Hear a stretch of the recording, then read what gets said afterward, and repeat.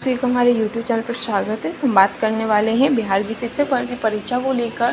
साथ ही अभी आप सभी को पता होगा चुनाव चल रहा है, आचार संहिता लगी है, तो सभी परीक्षाओं पर एक तरीके से स्थगित कर दी गई। जो भी आपके एग्जाम होने थे वो सब स्थगित कर दिए गए हैं। तो ये अभी आपकी बहुत बड़ी अपडेट आई है कि चुनाव के रिजल्ट के बाद होगी पहली सक्षमता परीक्षा पास शिक्षक शिक्षिकाओं की पोस्टिंग। यानी कि जब चुनाव का रिजल्ट आ जाएगा उसके बाद ही आपकी जो पहली सक्षमता परीक्षा जो हुई है, जिसमें शिक्षक शिक्षिकाएँ पास हो गई हैं, उनकी जो पोस्टिंग होगी, पदस्थापन होगा, वो उसके बाद ही हो पाएगा। ठीक है, तो किसी को काउंसलिंग व पोस्टिंग का, तो किसी को दूसरी सक्षमता परीक्षा के होने का इंतजार है। साथ ही अंचल के सैकड़ों नियोजित शिक्षकों को जून महीने में जून महीने का बेसब्री से इंतजार है। पहली सक्षमता परीक्षा पास हो चुके नियोजित शिक्षक शिक्षिकाओं को पहले काउंसलिंग व फिर पोस्टिंग का इंतजार है।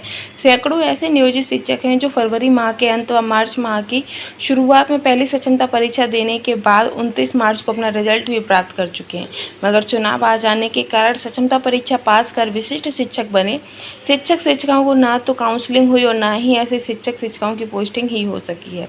रिजल्ट आने के बाद पिछले 2 महीने से सैकड़ों नियोजित शिक्षकों की पोस्टिंग का इंतजार है। वहीं दूसरी सक्षमता परीक्षा का फॉर्म भर चुके नियोजित शिक्षकों को परीक्षा के जल्द आयोजन का इंतजार है। चुनाव आ जाने से बिहार विद्यालय परीक्षा समिति में 5-4 जून तक परीक्षाओं के आयोजन को टाल दिया गया है। ऐसे में नियोजित शिक्षक असमंजस की स्थिति में है। शिक्षकों का कहना है कि बिहार बोर्ड अगर जल्दी दूसरी सक्षमता परीक्षा ले लेती है तो सैकड़ों शिक्षक शिक्षिकाओं का तनाव कम हो जाता है। बहरहाल हर कोई चुनाव के रिजल्ट के घोषित होने का इंतजार कर रहा है, क्योंकि रिजल्ट के घोषणा के बाद ही किसी की परीक्षा तो किसी की पोस्टिंग का काम पूरा हो सकेगा। साथ ही आपका क्या कह रहे हैं नियोजित शिक्षक, तो मार्च में सक्षमता परीक्षा का रिजल्ट प्रकाशित हो गया, मगर अब तक शिक्षकों की पोस्टिंग नहीं हो सकी है। लोकसभा चुनाव के कारण पोस्टिंग में विलम्ब हुआ है। शिक्षक अपने भविष्य को लेकर असमंजस की स्थिति में है।